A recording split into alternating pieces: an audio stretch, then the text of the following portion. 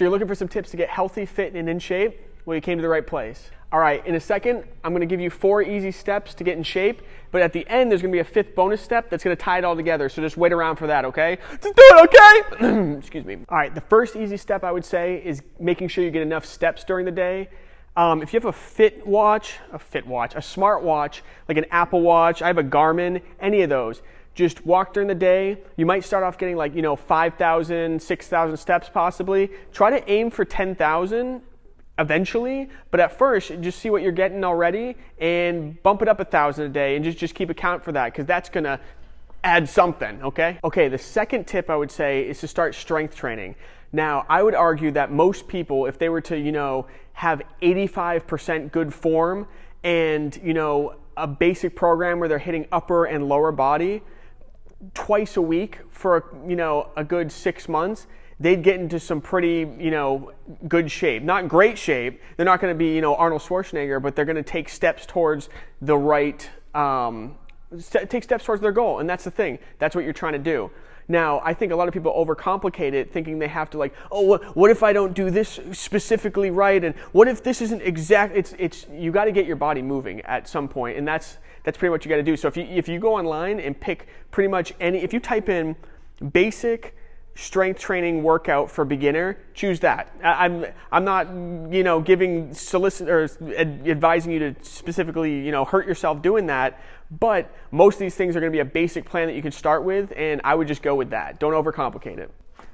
All right, the next thing I would say is do some type of cardio, and it doesn't have to be, running, and if that hurts your knees, hurts your hips, hurts your back, hurts whatever, don't do that if it hurts. You can do stuff that's low impact, like swimming or even biking. There's so many ways to do it. So do some form of cardio.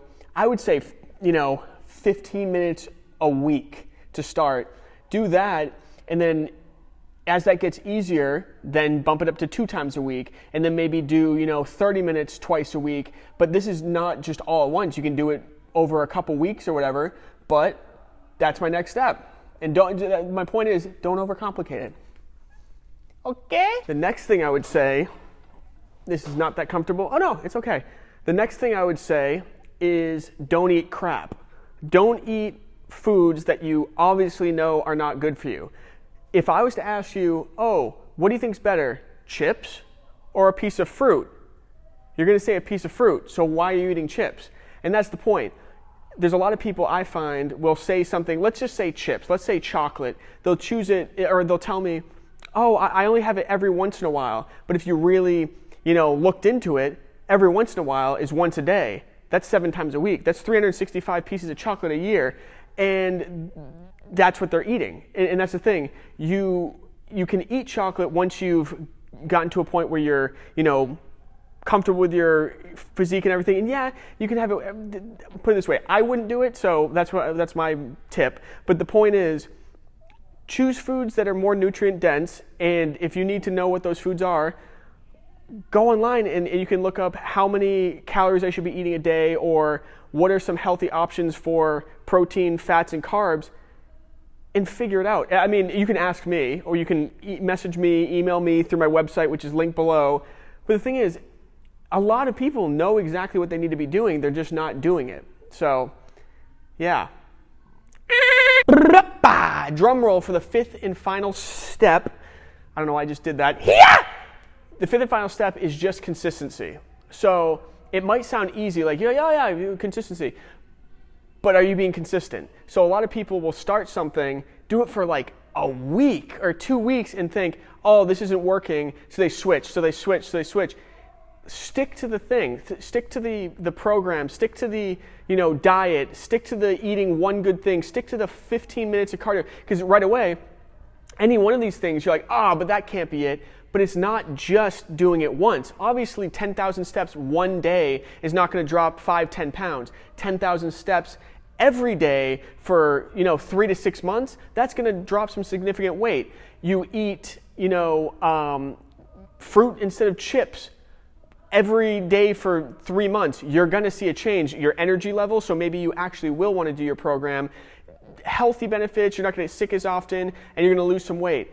Now, there was something I was going to say. So hold on, let me think. Oh yeah. So most people, like when they come to the gym, even other trainers that I've trained with before at other gyms, even with new people, new clients, new members, whatever, they put them through these workouts that are like, I'm just going to make up a name, like the Whale Blaster 9000 handstand kickflip. But the thing is, that person doesn't need that move. That doesn't need the move like a trick. No, that person doesn't need that exercise. What they need is a basic exercise program, bent over rows, a bench press, squats, deadlifts, lat pull down, shoulder presses, all that stuff.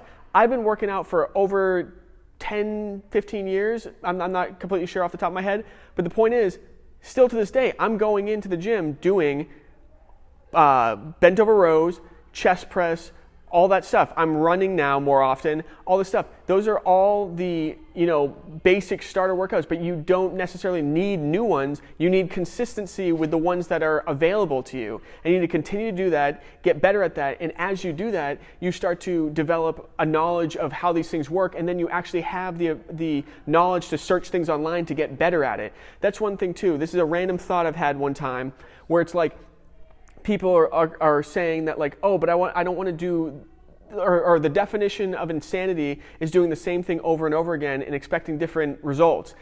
I don't know if that's the real definition, but the point is, I would argue that you do something once, yeah, it's new to you. Oh, you do it a second time, oh, I can't just keep doing the same thing and I need to constantly change.